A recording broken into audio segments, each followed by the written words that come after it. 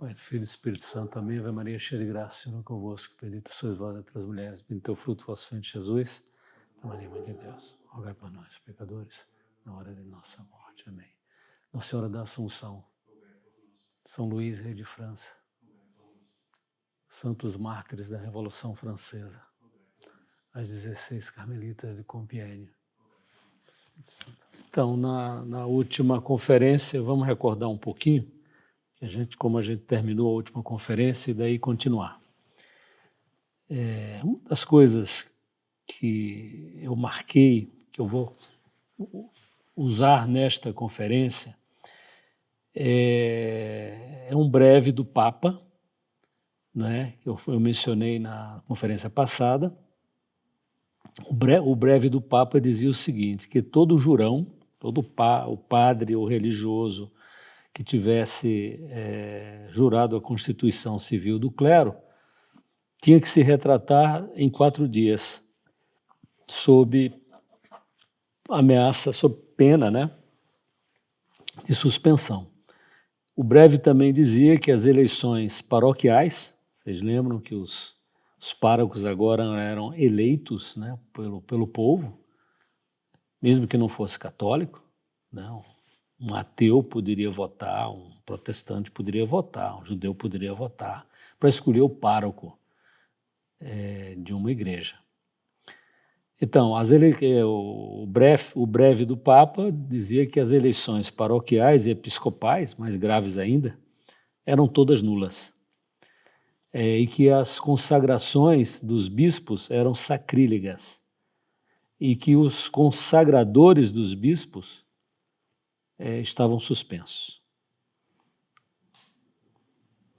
Então, o problema dessas coisas que o Papa mandava no momento de enorme turbulência, no momento de revolução, como a Revolução Francesa, e como é que o povo, o fiel em particular, vai ficar sabendo da decisão do Papa, né? Então, por isso que eu coloquei aqui, né, a despeito da polícia, os breves do Papa se espalharam rapidamente por toda a França. Eu coloquei aqui entre colchetes Felton, que eu vou falar sobre esse bem-aventurado John Felton daqui a pouquinho, né?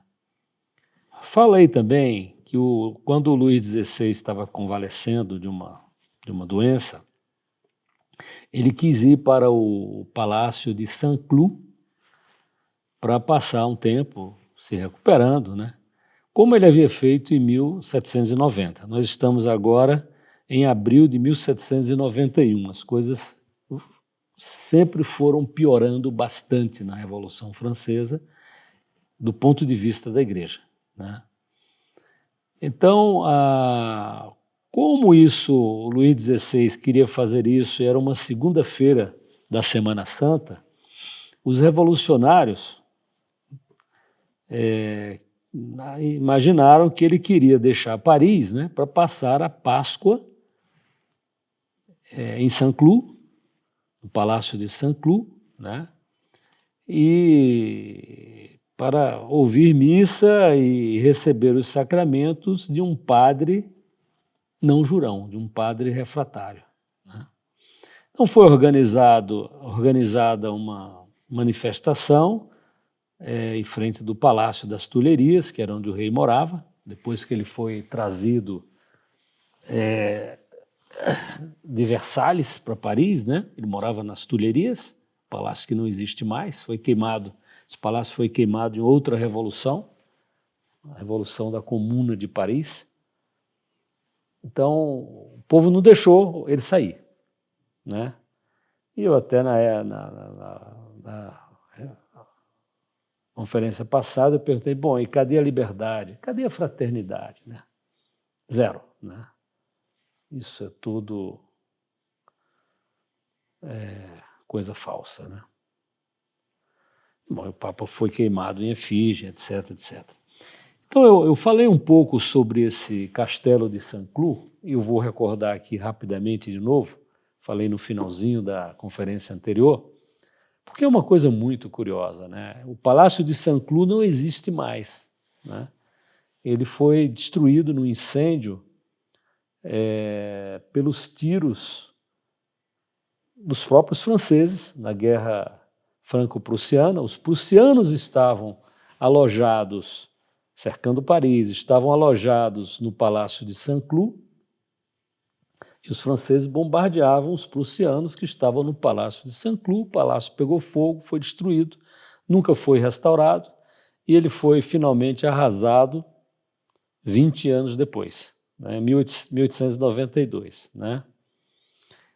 O que me interessou inicialmente pela história de Saint-Cloud é que ele foi transformado em palácio pelos Gondi, pela família Gondi, que era uma família ligada a São Francisco de Sales. Né?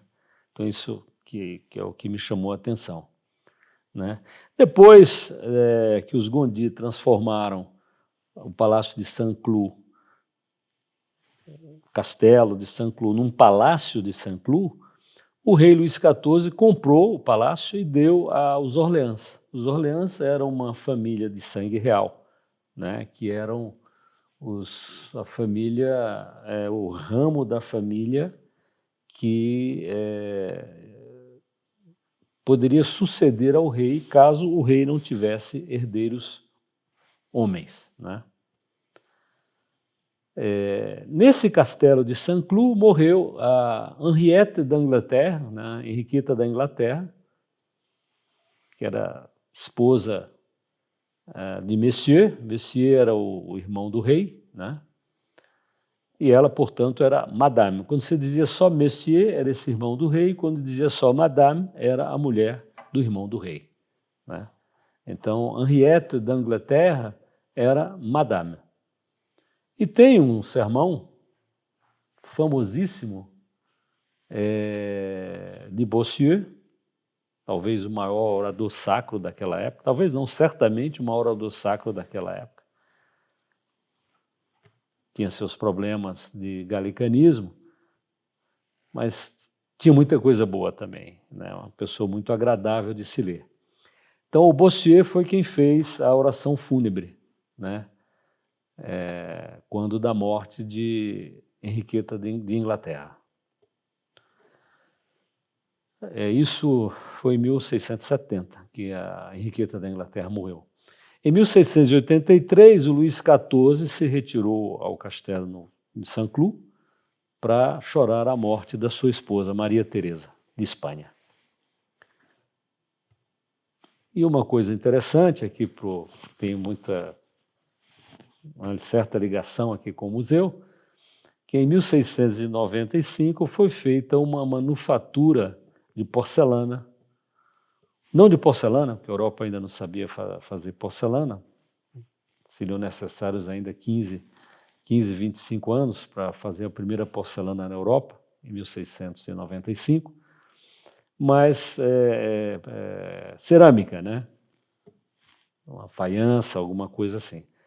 Mas foi a origem da manufatura de Sèvres, que é uma porcelana de altíssima qualidade. O que aconteceu no Palácio de Saint-Cloud ao longo da história? Né? Em 1784, 5 anos antes de começar a Revolução Francesa, o rei da França, Luís XVI, comprou o Palácio de Saint-Cloud para dar à rainha Maria Antonieta, a esposa dele. Né?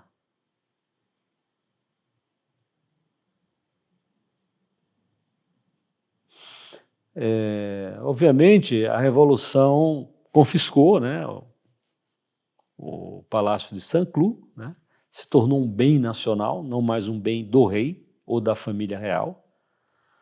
E, portanto, ele não foi mais habitado, né, os móveis foram vendidos e o parque foi aberto ao público. Né. A Revolução Francesa teve um impulso em muitas coisas, um impulso irracional. Por exemplo, existiam parques de caça, né, para os reis, né, para a nobreza às vezes, e a Revolução Francesa, não, todo mundo pode caçar, né? Acabou a caça, os caras mataram todas as caças, né? Então tiveram que voltar atrás desse tipo de coisa. A Revolução Francesa também, não, para que diploma? Qualquer um pode ser médico. As pessoas começaram a morrer num número bem maior, não, precisa sim de diploma, precisa ser formado em medicina, etc. A evolução tem muitas coisas de impulso, né, que causam esse tipo de problema. Mas foi lá no castelo de Saint-Cloud, né, que ocorreu o golpe de Estado do 18 Brumário. Né, tem um livro famoso do Marx, né, Karl Marx, sobre o golpe do 18 Brumário, que é o golpe que levou Napoleão ao poder como cônsul, né? Extinguiu o diretório, criou o consulado. Esse golpe foi em 10 de novembro de 1799, que é o 18 Brumário no calendário revolucionário, né? Em 23 de março, né, de 1805, o príncipe Napoleão, futuro Napoleão III, foi batizado na capela do Palácio de Saint-Cloud pelo Papa Pio VII, né? O Papa estava preso, vamos dizer assim, na França por Napoleão. Napoleão levou o Papa para a França para participar da coroação de Napoleão como imperador e de Josefina como imperatriz. Em 1º de abril de 1810, ocorreu também no Palácio de Saint-Cloud, vejam como é um palácio cheio de história.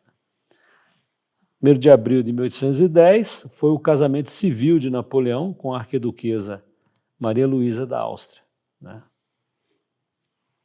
Os filhos da Áustria, né? Os filhos do imperador da Áustria não podiam ser só duques, nem grão-duques, como em Florença. Eles eram arquiduques, né? Tinham um título muito especial para eles, né? Então, Napoleão casou com a arquiduquesa Maria Luísa de Áustria. O casamento civil foi no Palácio de Saint-Cloud, né?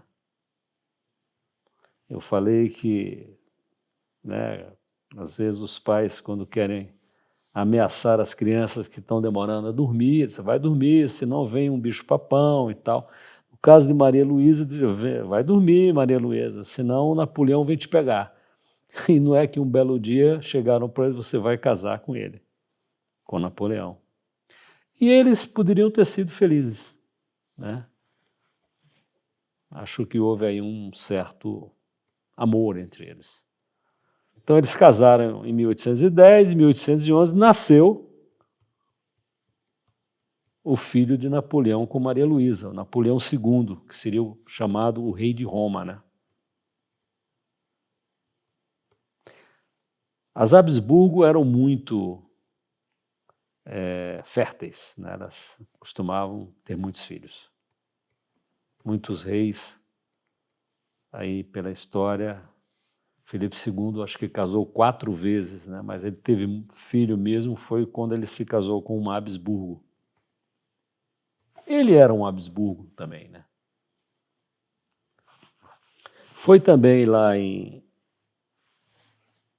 Saint-Cloud, no Palácio de Saint-Cloud, que estava ocupado pelo Marechal Blücher, né, da Prússia, né?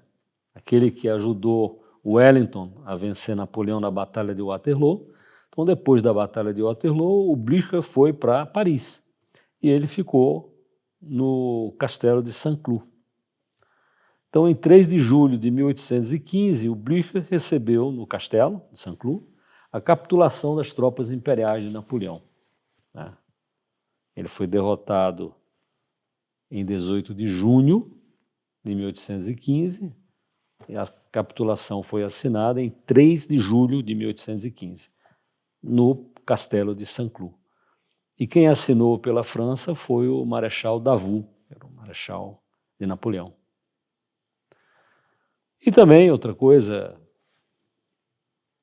aí não muito edificante, mas foi em 25 de julho de 1830 que o rei Carlos X assinou, o Castelo de Saint-Cloud, né, os decretos, chamados Decretos de Saint-Cloud, que levaram à Revolução de 1830. A França foi, durante muito tempo, a pátria das revoluções, né? Hoje não é mais. Há algumas décadas não é mais. A França perdeu essa... Espero que recupere um dia, mas perdeu essa capacidade de se indignar com determinadas coisas e fazer uma revolução, uma revolta ou uma revolução. A rainha Vitória e o marido dela, o príncipe Albert, quando visitaram a França para a Exposição Universal de Paris de 1855, ficaram hospedados no Palácio de Saint-Cloud. É o que mostra essa imagem aqui. Em 1º de dezembro de 1852, foi também no Palácio de Saint-Cloud que Napoleão III, imitando o seu tio Napoleão I, se tornou imperador. Ele recebeu, Napoleão I recebeu o Senatus Consultum, dizendo que ele seria imperador. No Palácio de Saint-Cloud, Napoleão III fez a mesma coisa, se tornou imperador. Napoleão III foi eleito presidente da República, deu um golpe, se tornou imperador, o Senado validou esse golpe, vamos dizer. E também foi lá no Palácio de Saint-Cloud que Napoleão III declarou guerra à Prússia, né? Iniciando a Guerra Franco-Prussiana, em que ele foi derrotado e preso pelos prussianos. Então, nunca mais a França voltou a ser uma monarquia, né? O Napoleão III foi para a Inglaterra, morreu pouco depois. A esposa dele viveu muito tempo ainda. A Imperatriz Eugênia, muito melhor do que ele. A Imperatriz Eugênia conheceu Santos Dumont. Existe uma foto da Imperatriz Eugênia com Santos Dumont, na França, né? Então, quando Napoleão III foi derrotado e preso lá na Batalha de Sedan, etc., os prussianos cercaram Paris, né, e estavam lá no Palácio de Saint-Cloud, que fica acima de Paris, né? Você vê um pouco Paris lá embaixo, do outro lado do rio Sena. Então os franceses bombardearam o Palácio de Saint-Cloud, queimaram, e esse palácio foi destruído por esse incêndio e nunca mais foi restaurado, né? Então vamos agora continuar, porque a gente ainda não havia falado na conferência anterior, vamos falar de algumas pessoas importantes. O Papa Pio VI, né? Começando com o Papa Pio VI, né? Pio VI, né, o nome dele era Giovanni Angelo Braschi, né? Ele nasceu em 1717, se tornou Papa em 1775 e ficou Papa até 1799, morreu em 1799. Obviamente ele condenou, a gente viu, demorou um pouco a reagir, é uma coisa muito nova a Revolução Francesa. O Papa demorou um pouco a reagir, mas ele finalmente condenou a Revolução e a supressão da Igreja Católica na França, decorrência dessa Revolução Francesa. Ele se tornou Papa depois da morte do Papa Clemente XIV, né? Clemente XIV é aquele Papa que, tristemente, extinguiu a Ordem dos Jesuítas, a Companhia de Jesus. Então, o Papa Clemente XIV morreu em 1774, então teve um conclave, né? E o grande problema das chamadas potências católicas, né, e já não eram tão católicas. A Espanha, a França e Portugal, né? Vocês lembram, né, que quando o Papa Pio X, né, depois São Pio X foi eleito, né, quem estava muito próximo de ser eleito era o cardeal Rampolla, né? Mas a Áustria, regimentalmente, vamos dizer assim, legalmente, tinha direito de vetar uma pessoa para ser papa. Então o cardeal Rampolla foi vetado. E assim o São Pio X foi eleito papa. Aqui no museu, para relembrar essas histórias, nós temos uma bandeja de prata que pertenceu ao cardeal Rampolla. Tem as armas do cardeal Rampolla. E conversando com meus filhos, etc., né? Quer dizer, que coisa espetacular a eleição do Papa São Pio X, né? Como a Igreja deve ao Papa São Pio X, né? Já que eu falei em relíquias aqui, né? Na capela tem um retrato do Papa Pio X, com uma dedicatória do Papa Pio X, manuscrita pelo Papa Pio X, para o presidente do Brasil, Afonso Pena, em latim, obviamente. Quando a família Afonso Pena recebeu isso, o presidente Afonso Pena recebeu isso, antes de morrer, uns 2, 3 anos antes de morrer, o Pio X era papa e não era santo ainda, mas hoje é uma relíquia, né? É um texto que tem importância histórica e tem importância, vamos dizer assim, sacra, né? É uma relíquia. Tá? O quadro fica um quadrinho que fica em cima da entrada da sacristia da Capela Nossa Senhora das Dores. Bom, então, quando o Clemente XIV morreu, Espanha, França e Portugal, que haviam expulso os jesuítas, né, mesmo antes da supressão da ordem dos jesuítas, ficaram temerosos de que o novo Papa pudesse recriar a Companhia de Jesus, né? Então eles apostaram em um cardeal, né, que era um opositor da supressão dos jesuítas, mas não era um radical, né? Ele era contra, mas assim, eu não vou morrer por isso, algo assim. Então, por isso que Braschi, né, o Giovanni Angelo Braschi, foi eleito sem maiores problemas. Tá? Ele achava que estava errado, mas não mudou. Ele não recriou, o Papa Pio VI não recriou a ordem dos jesuítas. Ela foi recriada por Pio VII, sucessor do Pio VI, em 1814.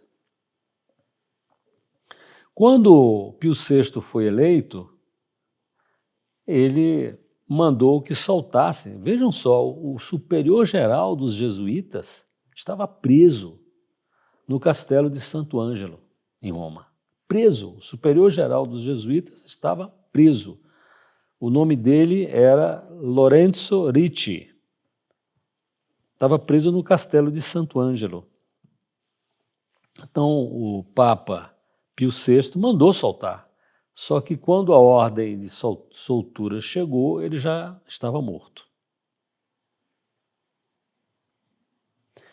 Uma outra coisa curiosa, né, sobre o Luís XVI, né, depois que ele foi guilhotinado, a filha dele, Maria Teresa, né, fez uma petição para a sua canonização. Ela falou, olha, obviamente ele defendeu a igreja e morreu defendendo a igreja, não apenas por causa disso, talvez nem principalmente por causa disso, mas também por causa disso, né?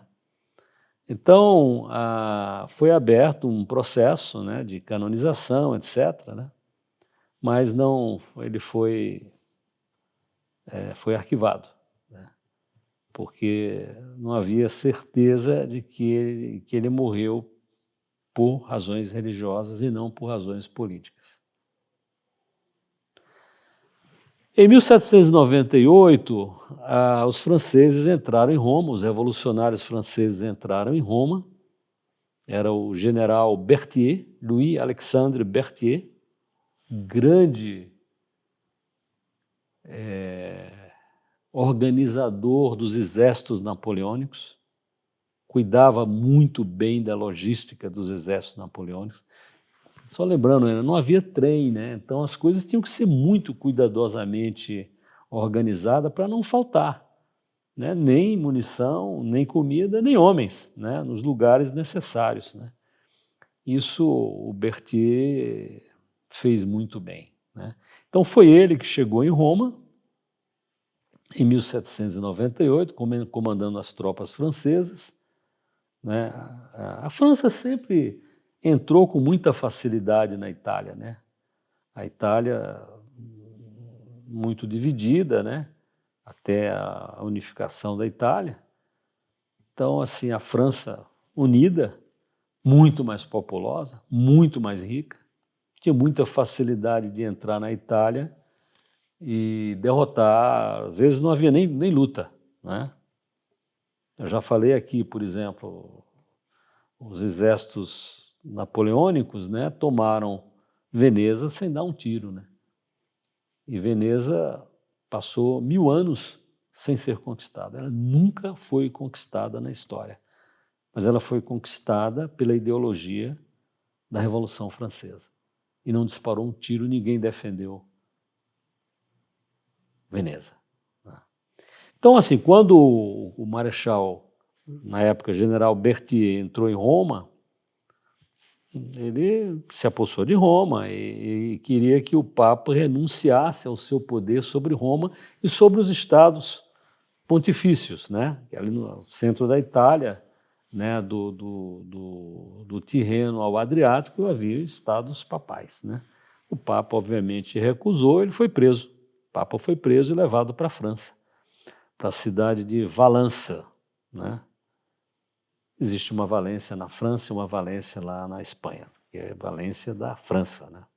Fica ali no leste da França. Mas o Papa chegou lá e 6 semanas depois ele morreu, né? Em 29 de agosto de 1799. Então, ele reinou, até ele, né? Ele tinha sido o Papa de reino mais longo, né? Ele reinou por 32 anos, o Papa Pio IX. Desculpa, o Papa Pio VI tinha sido mais longo. Depois dele veio o Papa Pio IX, que foi mais longo ainda. Pio IX reinou por 32 anos, né? Falar um pouco aqui sobre esse superior-geral dos jesuítas, Lorenzo Ricci, né? Ele era o superior-geral dos jesuítas quando a ordem dos jesuítas foi suprimida, né?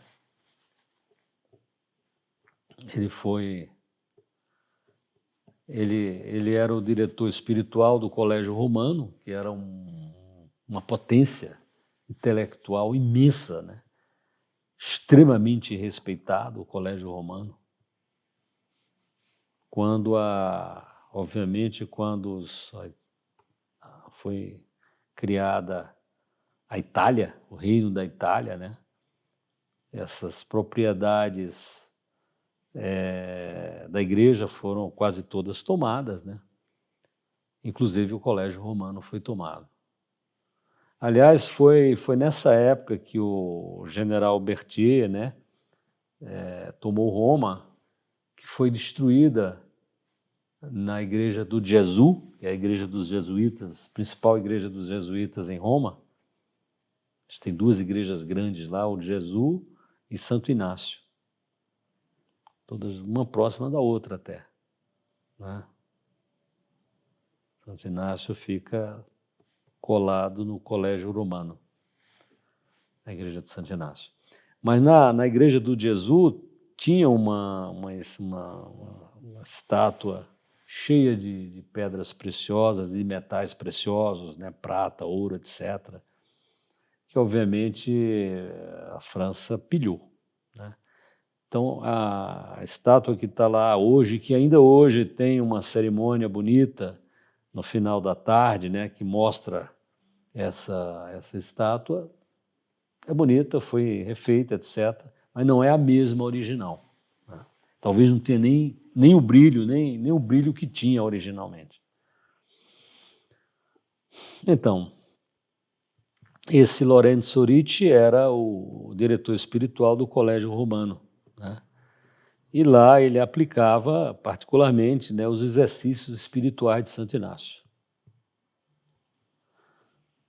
Interessante essas coisas dos jesuítas, né? Quer dizer, que lembram muito a origem dos jesuítas, a origem de Santo Inácio, né? Santo Inácio era um soldado. Então, assim, soldado faz exercício, né? Então, por daí vem exercício espiritual, né? O soldado,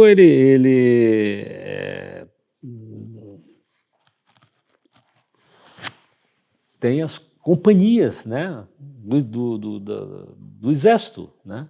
Então, companhia de Jesus, e por aí vai, né? É curioso isso, né?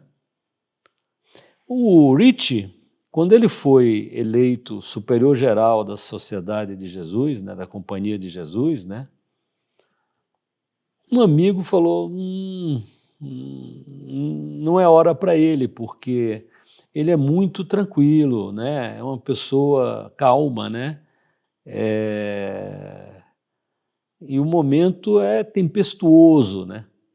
Já ele foi eleito em 1758, Portugal em particular, né? O Marquês de Pombal era extremamente hostil aos jesuítas, né?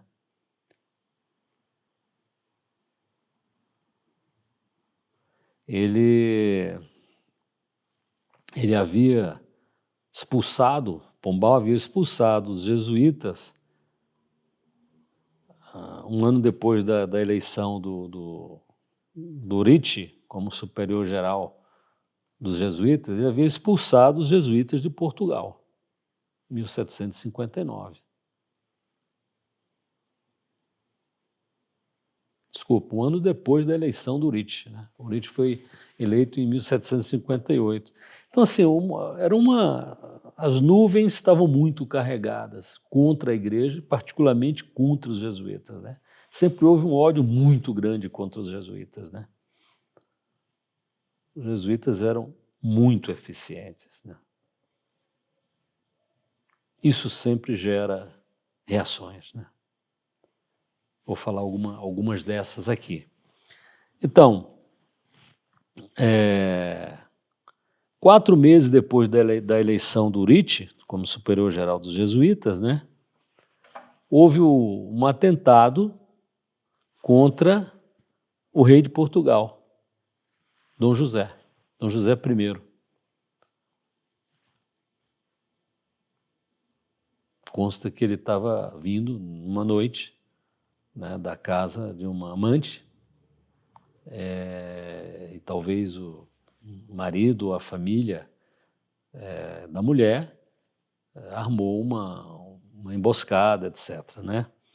Então, Pombal aproveitou isso para liquidar os seus inimigos, né? Especialmente a família Távora. É uma coisa inacreditavelmente cruel. Foi feito com a família Távora. Inclusive, pessoas da mais alta nobreza, né? Inclusive pessoas já muito idosas, né, foram executadas publicamente, todos juntos. Todos os que o Pombal conseguiu juntar em Portugal, dessa família. Alguns mudaram de nome, foram embora, inclusive vieram para o Brasil, etc. É uma coisa terrível. Então, isso 4 meses depois da eleição do Uribe. E aí? Né? Depois teve também o padre jesuíta, né? Gabriel Malagrida. Ele era o confessor de muitas pessoas sumamente importantes em Portugal. O padre Malagrida viveu muito tempo no Brasil. Grande missionário, muito querido. O Pombal acusou o Malagrida de estar envolvido nesse complô para matar o rei, né? Obviamente isso é falso, né? Mas ele foi declarado culpado, né? Obviamente o religioso ele não podia ser julgado naquela época por uma corte qualquer, civil, né? Então ele foi julgado pela Inquisição, que era comandada por um irmão do Pombal. Então o padre Malagrida ele foi executado, né? Ele foi garroteado e queimado como herético, como herege, né?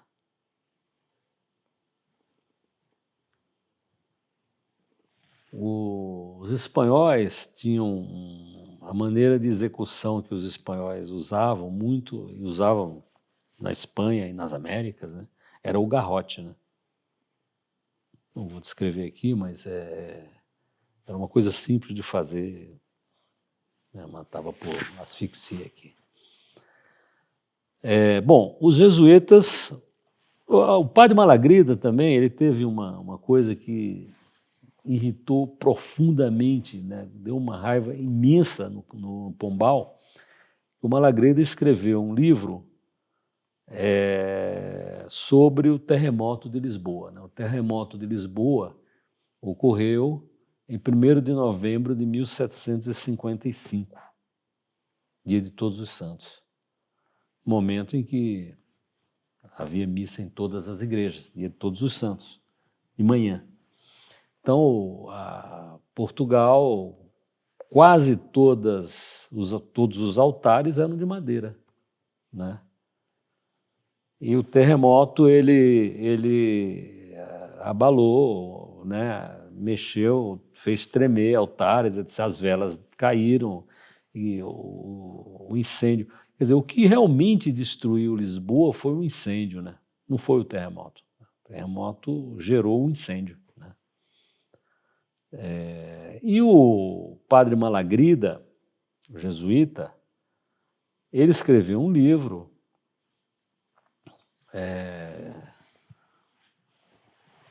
dizendo que, obviamente, aquilo ali era um castigo de Deus, né? Os pecados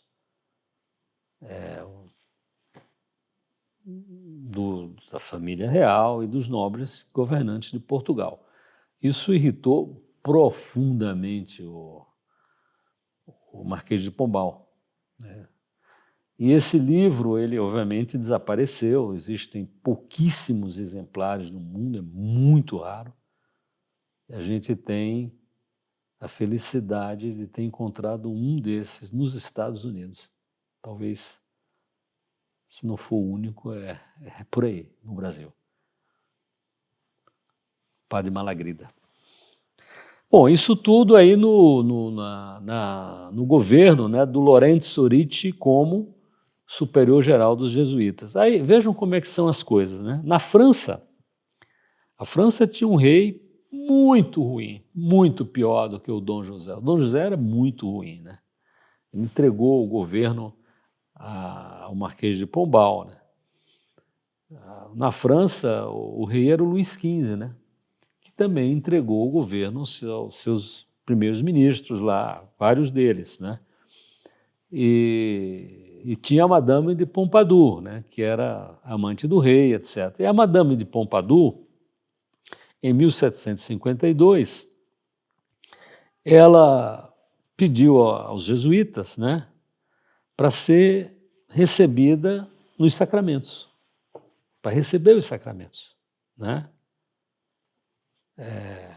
Ela achava que povo, né, os nobres em particular, né, a vissem comungando, etc., né, ela melhoraria o poder dela, a influência dela, versus o futuro Luís XVI e versus a mulher do futuro Luís XVI, que era Maria Antonieta, né?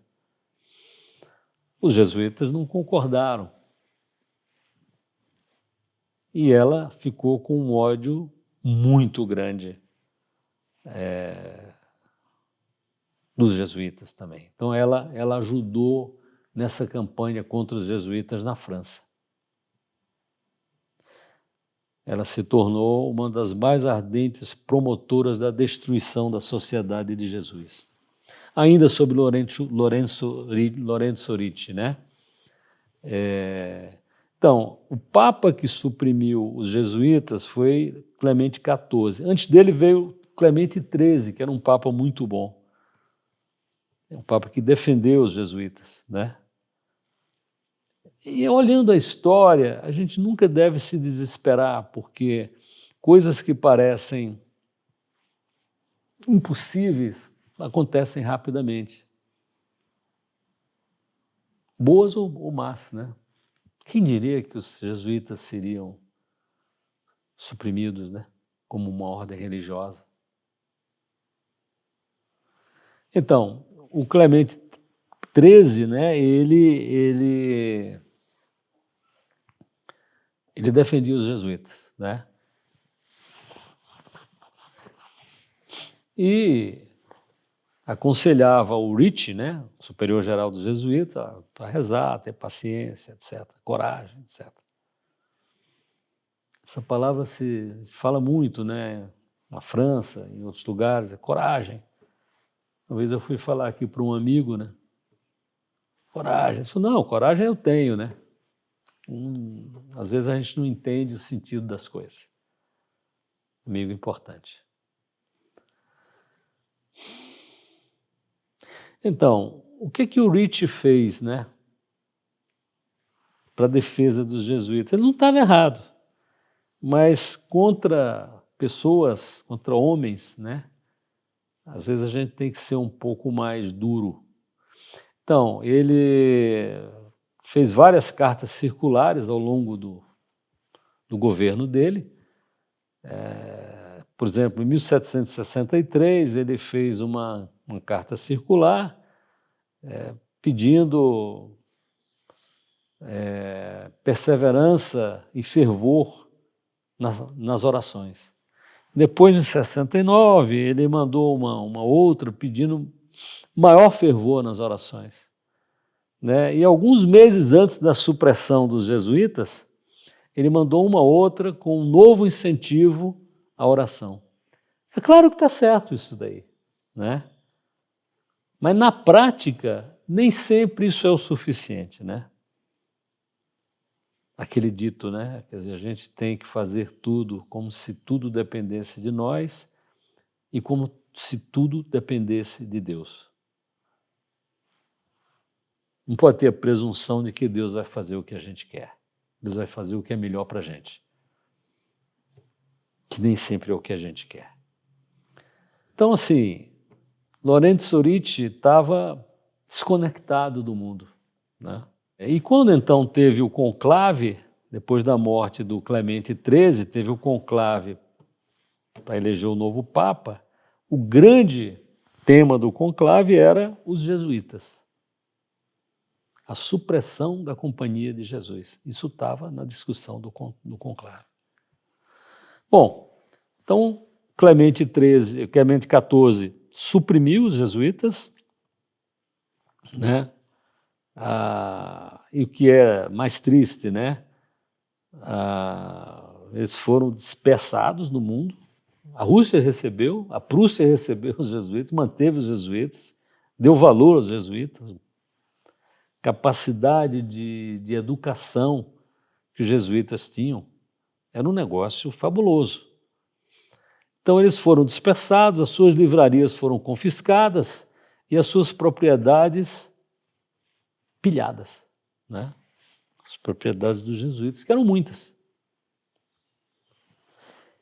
E por pressão do embaixador da Espanha, vejam só, por pressão do embaixador da Espanha, Ricci foi preso no Castelo de Santo Ângelo, aonde ele sofreu humilhações e maus tratos, inclusive não foi permitido que ele rezasse a missa. Que negócio cruel. O superior dos jesuítas preso nos Estados Papais, em Roma, no Castelo de Santo Ângelo, ele foi proibido de rezar a missa. As acusações contra os jesuítas, né, nunca foram julgadas, na verdade, numa corte, né?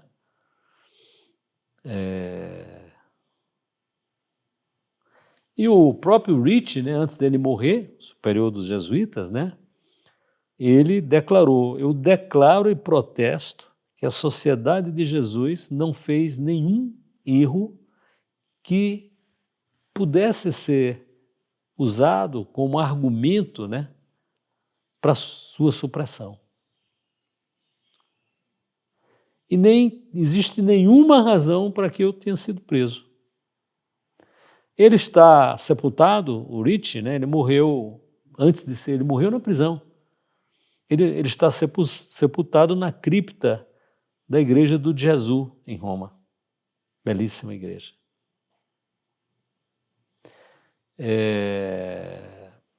6 semanas depois da morte do Lorenzo Ricci, o Papa Pio VI mandou soltar 5 assistentes do Ricci que também estavam presos.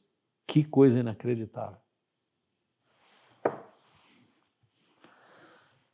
E aí, eu falei que quando o Papa Pio VI, né, fez aquele breve condenando as coisas que estavam acontecendo lá na França, o problema é, bom, como divulgar isso, para as pessoas saberem o que é que o Papa considera certo e o que o Papa considera errado, né? E eu falei, e relembrei hoje aqui no início dessa conferência, a despeito da polícia, né, os breves do Papa se espalharam rapidamente por toda a França. E aí eu vou entrar agora aproveitar essa ocasião, né, para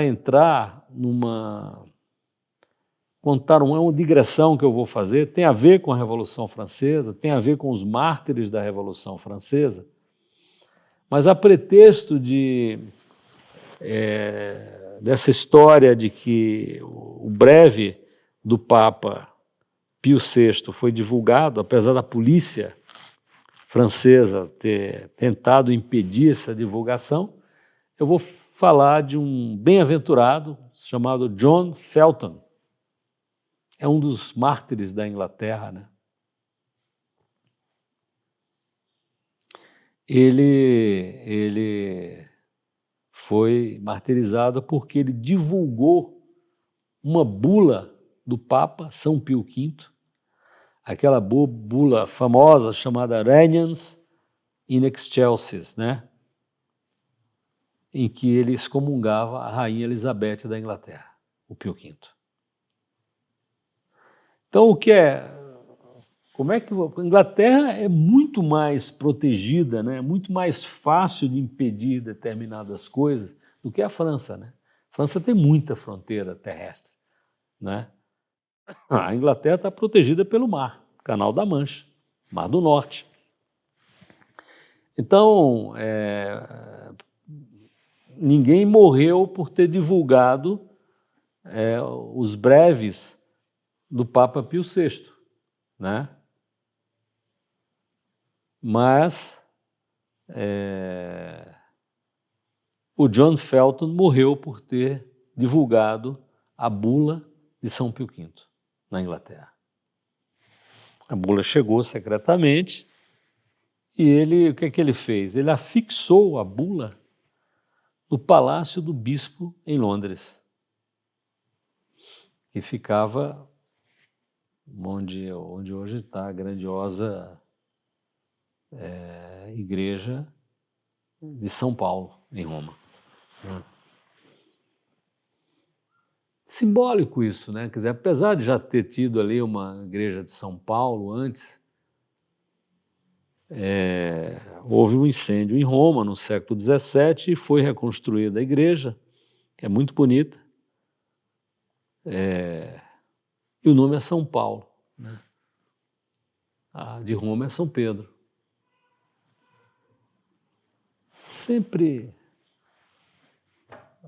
os pensadores, né, consideram assim, que quando você fala em apóstolo, né, por exemplo, um protestante pensa logo em São Paulo, o católico pensa logo em São Pedro,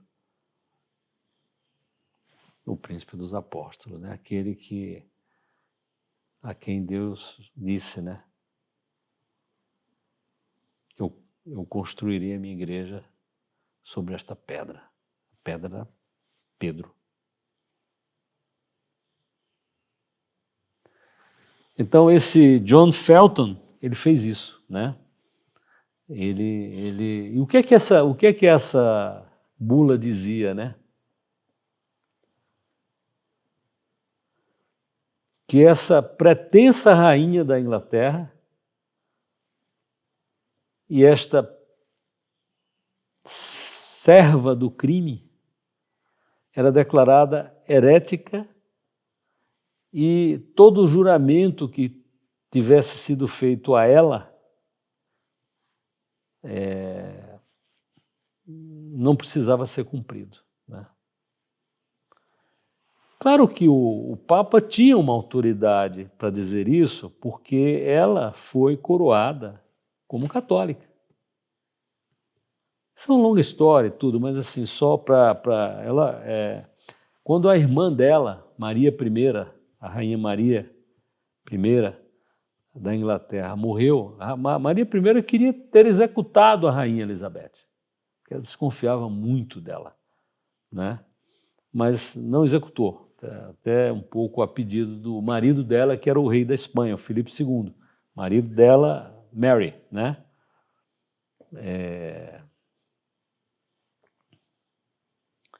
Então, eu acho isso muito curioso. Ela foi coroada, ela jurou de joelho perante Mary, a Elizabeth, que ela seria uma rainha católica, manteria a igreja católica. Traiu tudo, não fez nada, morreu, acabou, ela mudou tudo, né? Ela foi aos pouquinhos, tanto que o povo não percebeu de imediato, né? Mas o Papa, obviamente, percebeu, né? Alguma coisa está errada, né? Então, esse John Felton é um católico, né, conhecido lá na Inglaterra, né? E ele foi executado na forma dos criminosos de traição ao rei, né? Que é isso não foi criado, isso não foi inventado pela Rainha Elizabeth, já havia isso. Traição, você é executado dessa forma.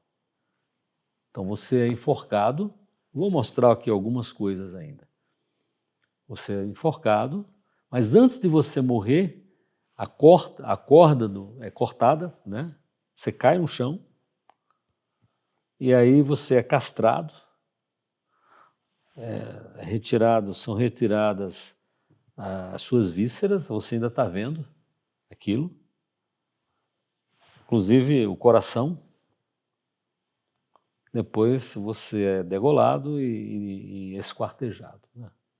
E aí os pedaços do seu corpo eram colocados em Londres, nos lugares em que o rei ou a rainha mandava. Foi assim que John Felton foi executado.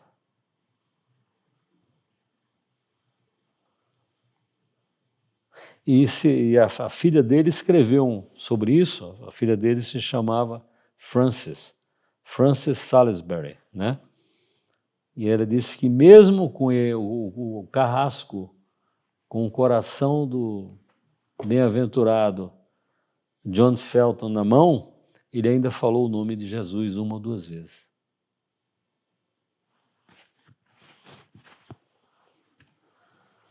O filho do John Felton também é um mártir. Eu tenho muita admiração e devoção pelos mártires da Inglaterra. Uma coisa inacreditável. A gente tem aqui no museu uma biblioteca, boa parte está lá em casa, porque eu gosto de ficar olhando, desses mártires da Inglaterra. De Inglaterra, Gales, país de Gales, etc. Então, o filho dele, que se chamava Thomas Felton, né, também foi martirizado. Ele era um franciscano, um mínimo franciscano, e ele foi beatificado em 1929 pelo Papa Pio XI. Thomas Felton. Aqui tem uma imagem de Thomas Felton, estão vendo? Muito simples, mas muito tocante, né? Todos os mártires da Inglaterra, mais ou menos, são representados dessa forma. Eles têm um punhal, eles não morreram assim, mas é uma maneira de indicar. Eles têm um punhal no coração, né, o livro, e a palma do martírio. Por que é que um santo mártir, em geral, tem uma palma na mão? Né? Porque a palmeira, né, a tamareira, como tem aqui. Por isso que aqui na frente da capela tem essas duas tamareiras. É por isso que eu vou explicar aqui agora. A tamareira é uma árvore do paraíso. Se considerava que no paraíso havia tamareiras. Então, a pessoa que está segurando uma palma é porque ele está no paraíso, está no céu. Né?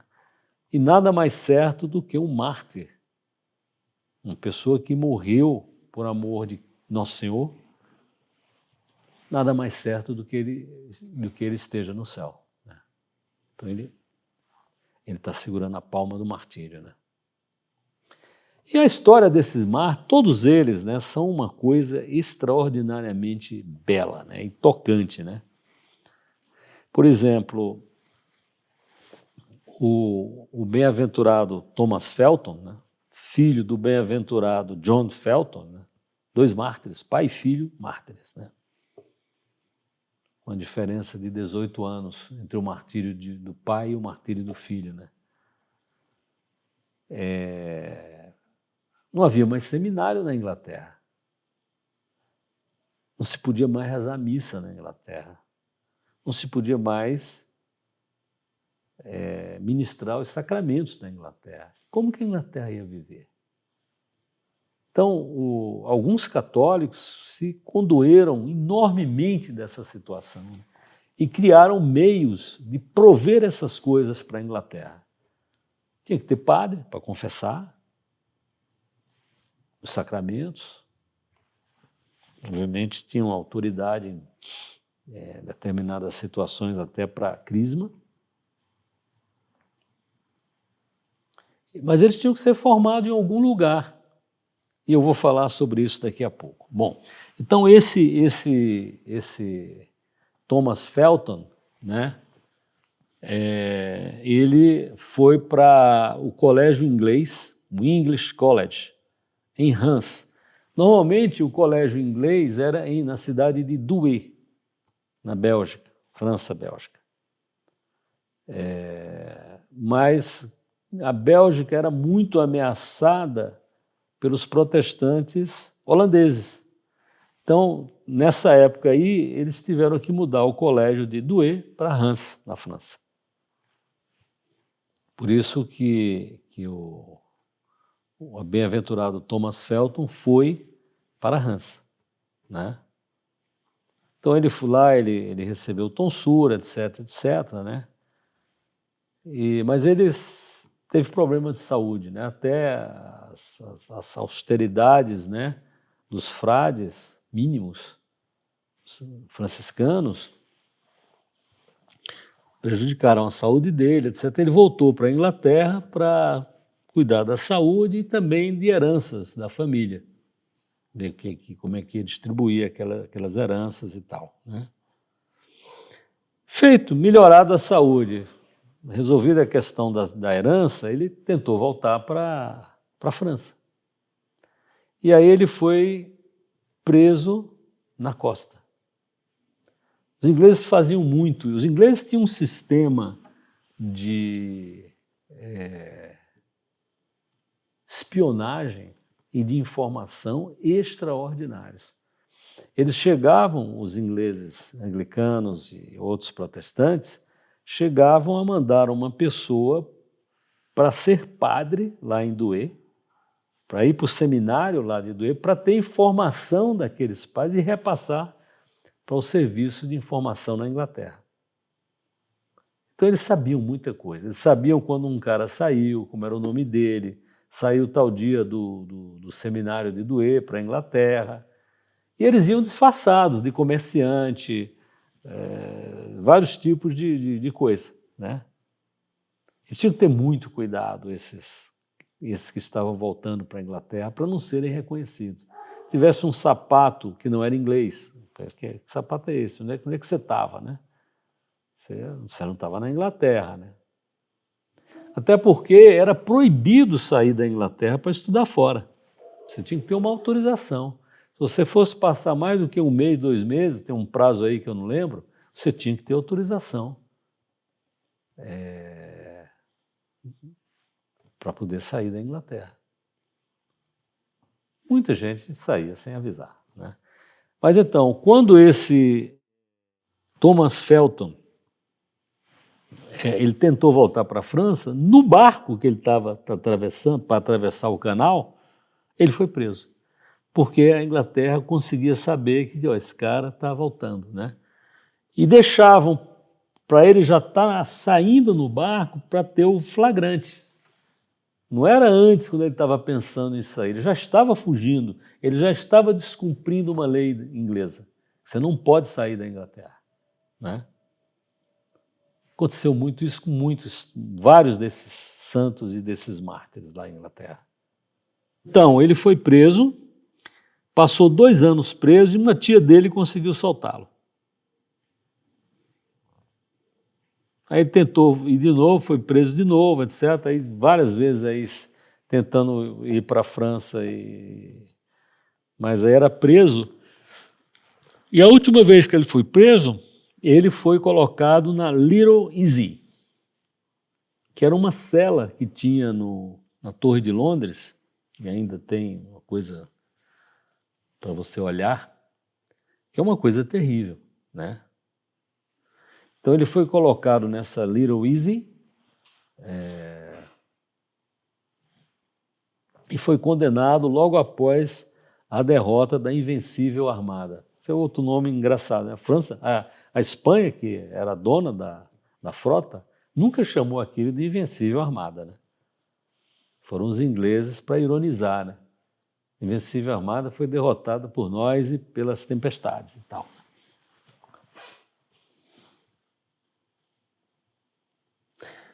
Quando a Espanha tentou invadir a Inglaterra, nessa época da Invencível Armada, os católicos que estavam lá sofreram bastante. Até porque a pergunta que faziam a esses, principalmente se você fosse um padre católico, né, era a seguinte: se o exército espanhol da Invencível Armada tivesse desembarcado na Inglaterra, que parte você tomaria? Você apoiaria esses invasores ou a rainha Elizabeth? Então era uma coisa assim que o padre não vai mentir. Então as respostas às vezes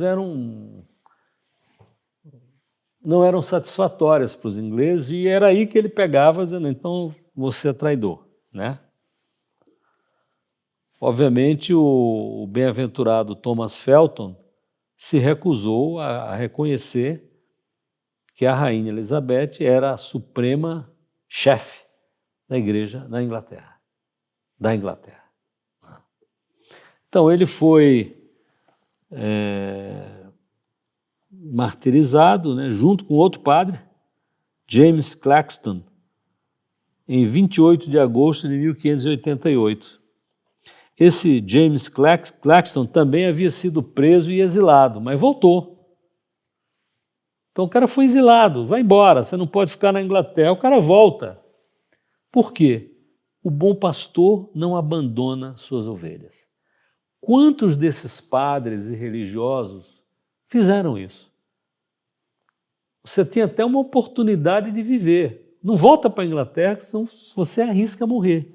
Mas o cara voltava, porque ele não podia abandonar as suas ovelhas. O bom pastor não abandona as suas ovelhas, né? Isso é uma coisa extraordinária. Isso aqui é uma imagem dessa Little Easy, né? Essa cela, né, de tortura lá na Torre de Londres, né? Não tinha ventilação, nenhuma iluminação.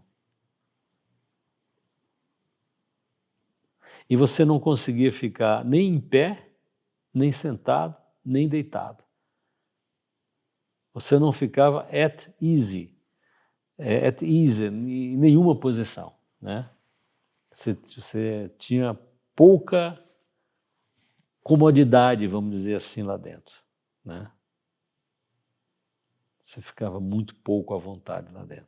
Então isso aí gerava um desconforto extremo, né? E um sofrimento físico muito grande para o prisioneiro, né? Então ele era usado principalmente para interrogação e extração de confissões. Falar de cúmplices, quem são os outros católicos que estão aí, em que casa que está tendo missa, etc, etc, né?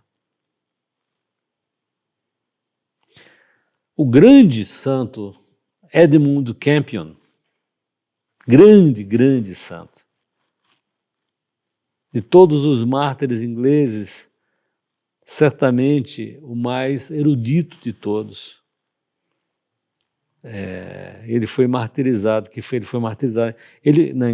foi mártir em 1581, mas ele ficou preso nessa Little Easy por 4 dias. Que coisa!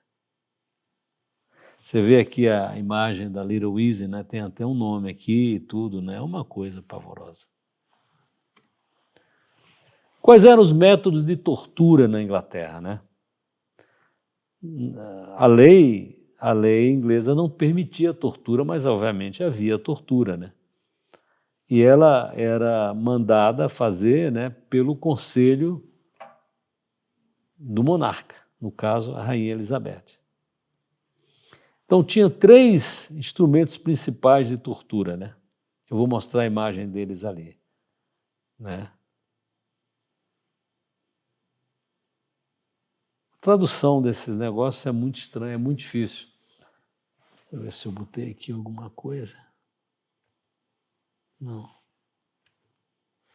Mas uma é o rack, né? Melhor tradução que eu achei foi cavalete. Você botava a pessoa uma espécie de uma cama e com os braços e os tornozelos amarrados e você ia puxando os 2 lados, esticando a pessoa, né? Extremamente penosa, né? Depois tinha esse Scavenger's Daughter, né? Que era o contrário do rack, do cavalete. Essa tradução de cavalete eu encontrei na inteligência artificial.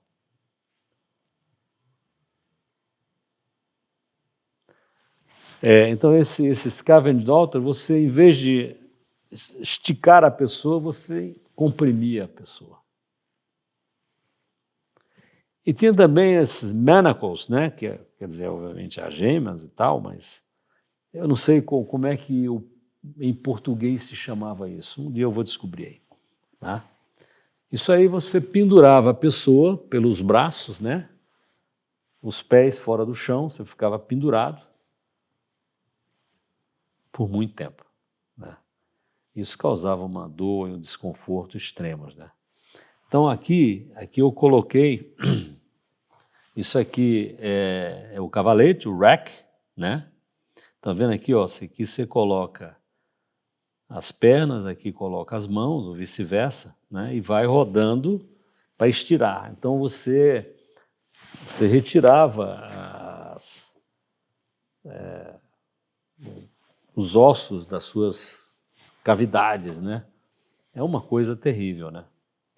Aqui é aquele outro que eu falei que você comprimia a pessoa, tá vendo? Você ia apertando a pessoa e ia sendo comprimida contra ela mesma, o corpo dela mesma, né? Isso na Torre de Londres, né? Inquisição não tinha nada disso, tá?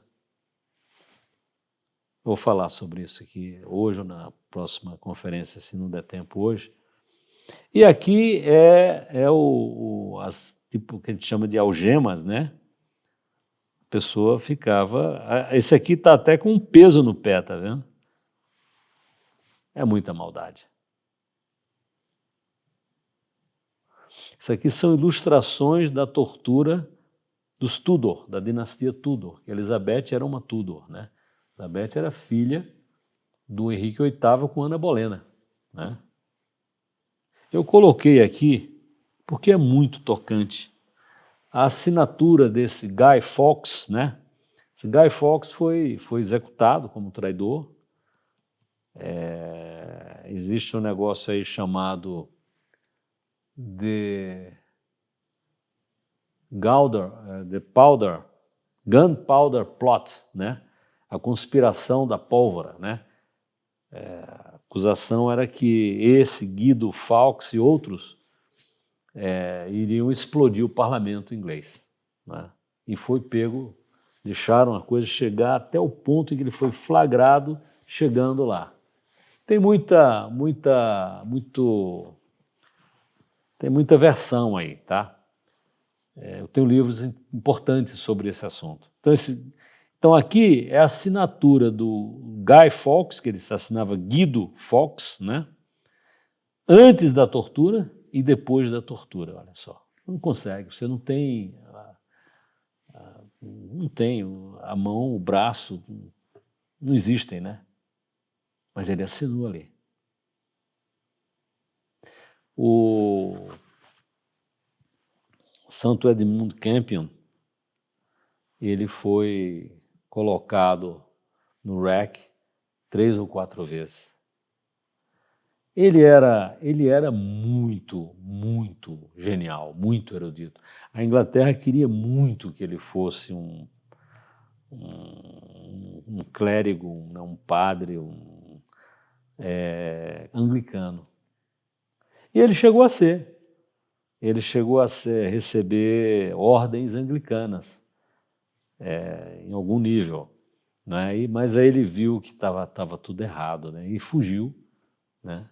Foi para a Europa, foi primeiro lá para Douai, nesse seminário lá, e depois ele lá formava padre secular em Douai. Ele queria ser jesuíta, então ele foi para Roma, etc., né? E ele, quando ele ia para a sessão de julgamento, né? Ele tinha que fazer aquele juramento levantando a mão, né? Eu juro dizer a verdade, somente a verdade, etc. Nada mais do que a verdade. Ele não conseguia levantar a mão. Então, para fazer esse juramento, uma pessoa levantava a mão para ele, ficava segurando a mão dele, né? Não sem antes beijar a mão, como você beija a mão de um padre, né? E você beija a mão do padre porque a mão do padre foi consagrada para pegar no corpo de Nosso Senhor, o corpo de Deus. É uma mão abençoada por isso, né? Eu tenho um amigo da minha cidadezinha, pessoa boa, não sei nem se está vivo ainda, que eu ia pedir a benção para ele, era um padre, eu ia beijar a mão dele, ele queria beijar a minha mão, né? Minha mão não tem nada para ser beijada, né? Eu não sou nada, né? Menos que nada. Mas aqui, ainda aqui na Inglaterra, profundamente anticatólica, criadora de uma multidão de mártires católicos, né? A pessoa beijava a mão do padre, para que ele pudesse fazer, e segurava a mão do padre. Mas para segurar a mão do padre, primeiro beijava a mão do padre, né? Porque a mão do padre é abençoada, né? Eu coloquei aqui, porque essas coisas vão, é a ocasião que eu tenho, não sei se nunca na minha vida eu vou conseguir dar uma aula sobre os mártires ingleses ou sobre a Inquisição. Então eu coloquei aqui um livro que é muito interessante, The Spanish Inquisition,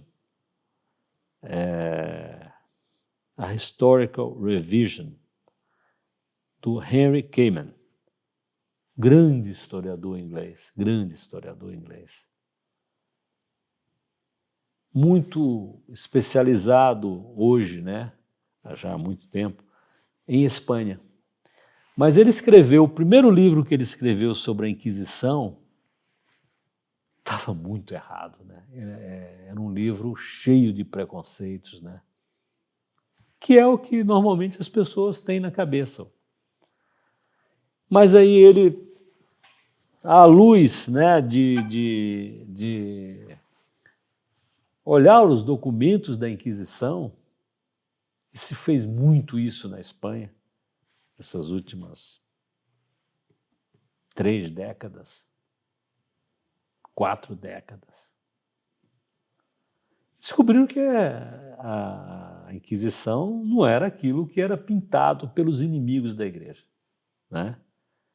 Então, o Henry Kamen, ele escreveu uma nova edição desse livro inicial dele sobre a Inquisição, desfazendo largamente aqueles mitos que a gente tem sobre a Inquisição. Eu coloquei aqui do lado a descrição do livro que está lá na Amazon, tá? Eu tenho esse livro, tenho o primeiro e o segundo dele, né? É uma coisa impressionante. Ele que disse essas torturas ali que eu acabei de mostrar, Inquisição não tinha, né? É claro que você sempre tem uma pessoa que seja má, né? O homem é mau, né? Ele tem que ser disciplinado, ele tem que ser correto, né? Às vezes ele faz o mal, né? Mesmo sendo um homem da igreja, mesmo sendo um homem da Inquisição. Teve muitos inquisidores que foram maus, né? O Papa destituiu alguns desses, quando não se faz isso, não é assim.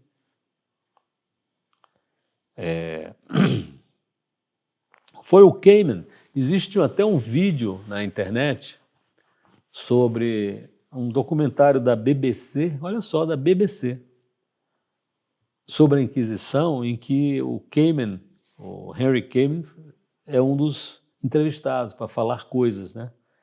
Fanático no es más que producto naturalmente de muchas interpretaciones un tanto sesgadas de la propia historia de la Inquisición, claro. There were career men who didn't even have to be priests. In the early period of the Inquisition, we have examples of some inquisitors who were not even priests. They were simply lawyers trained at the university. E uma das coisas que mais me impressionaram no Kamen, está no livro aqui dele, mas está lá nesse documentário da BBC, é que as prisões da Inquisição eram muito melhores do que as prisões civis, leigas. Então, as pessoas que estavam presas numa prisão comum, ele dizia uma bobagem, uma blasfêmia para poder ir para a prisão da Inquisição. Henry Kamen não tem nenhuma simpatia pela igreja, né? É um historiador honesto, né? Mas assim não tem nenhuma simpatia especial nem pela igreja, nem pela Espanha, né? Mora na Espanha, se não me engano, aqui na região de Barcelona ali. Conhece bastante. Os livros dele são importantes. Mas é interessante, é um inglês, né? Nasceu no Oriente, mas é família inglesa,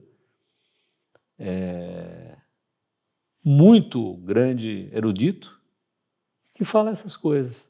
A pessoa numa prisão comum, na Espanha, por exemplo, ele falava Jesus não foi Deus, aí ia para a prisão da Inquisição, muito melhor do que a prisão que ele estava, né?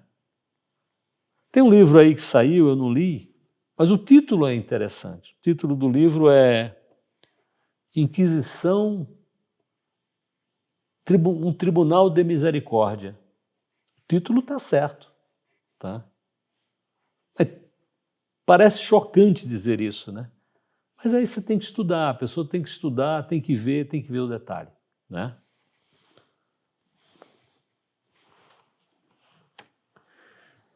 Edmund Campion foi beatificado pelo Papa Leão XIII em 1886 e canonizado em 1970 pelo Papa Paulo VI, como um dos 40 mártires da Inglaterra e do País de Gales. Eu acho tão grandiosa a figura do Edmund Campion. Quando ele foi martirizado naquela forma que eu falei, né? Os traidores. Você é enforcado, fica pendurado, mas alguém está vendo se você já morreu ou não. Antes de você morrer, ele corta a corda, você cai. Um desses mártires, quando ele caiu, de repente ele estava numa altura muito alta, muito grande, o olho dele saiu da órbita, da pancada no chão, né?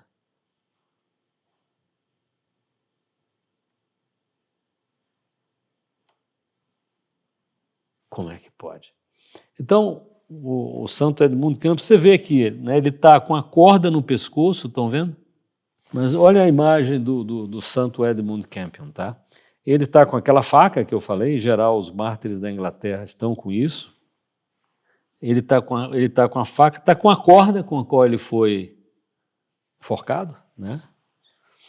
E ele foi martirizado junto com mais 2 companheiros. E era uma técnica que os ingleses tinham. Primeiro vai um, porque talvez, quem sabe, o segundo apostata. Pô, eu não quero sofrer isso, não vou aguentar sofrer tudo isso, aquele sangue, aquela coisa, né?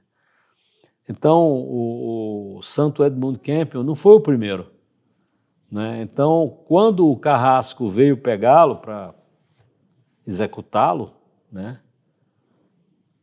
Em vez dele ficar com medo, né, ele pegou o Carrasco, porque o Carrasco já tinha cortado o cara, já tinha aberto a barriga para tirar as vísceras, tirar o coração, castrar, cortar os braços, cortar a cabeça. O Carrasco está todo melado do sangue do primeiro mártir, né? O que é que o Santo Edmund Campion faz? Ele passa a mão no Carrasco para pegar o sangue e faz o sinal da cruz com o sangue desse primeiro mártir que morreu. Era ele mais 2, né? Que é uma coisa que me tocou demais. Aí. O cara não apenas não se amedrontou, como ainda aproveitou a relíquia de um mártir, né? E fez o sinal da cruz com o sangue daquele mártir, né? Então, Santo Edmund Campion, ele ficou preso na Torre de Londres durante 4 meses, imagina o grau de tortura. Espalharam que ele tinha se retratado, se tinha se tornado anglicano de novo, renunciou à fé católica. Os ingleses faziam muito isso, né? Quando São Tomás More estava lá preso, né, disseram que o bispo, né,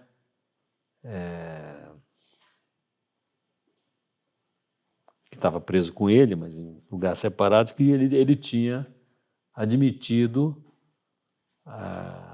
o anglicanismo, etc., né? São Tomás More não tinha como saber disso, mas não não se abalou. Não.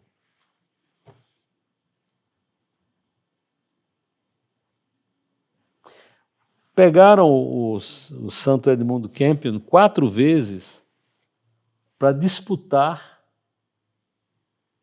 com teólogos anglicanos. Ele sem nada, ele fraco, debilitado pela tortura. Depois de sessão de tortura, levavam ele para disputar com teólogos anglicanos, cheio de livro, marcados os livros, as páginas, para fazer as perguntas mais capciosas. Ele não tinha livro, não tinha nada, né? Ele ganhou todas, né? E ainda converteu uma pessoa que estava lá,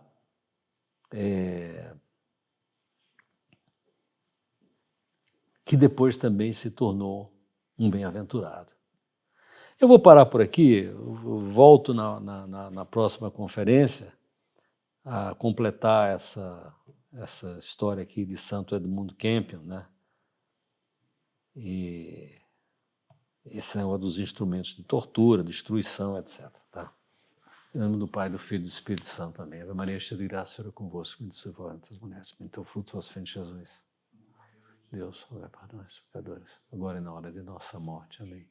Nossa Senhora da Assunção, santos mártires da Revolução Francesa, mártires da Inglaterra. Amém.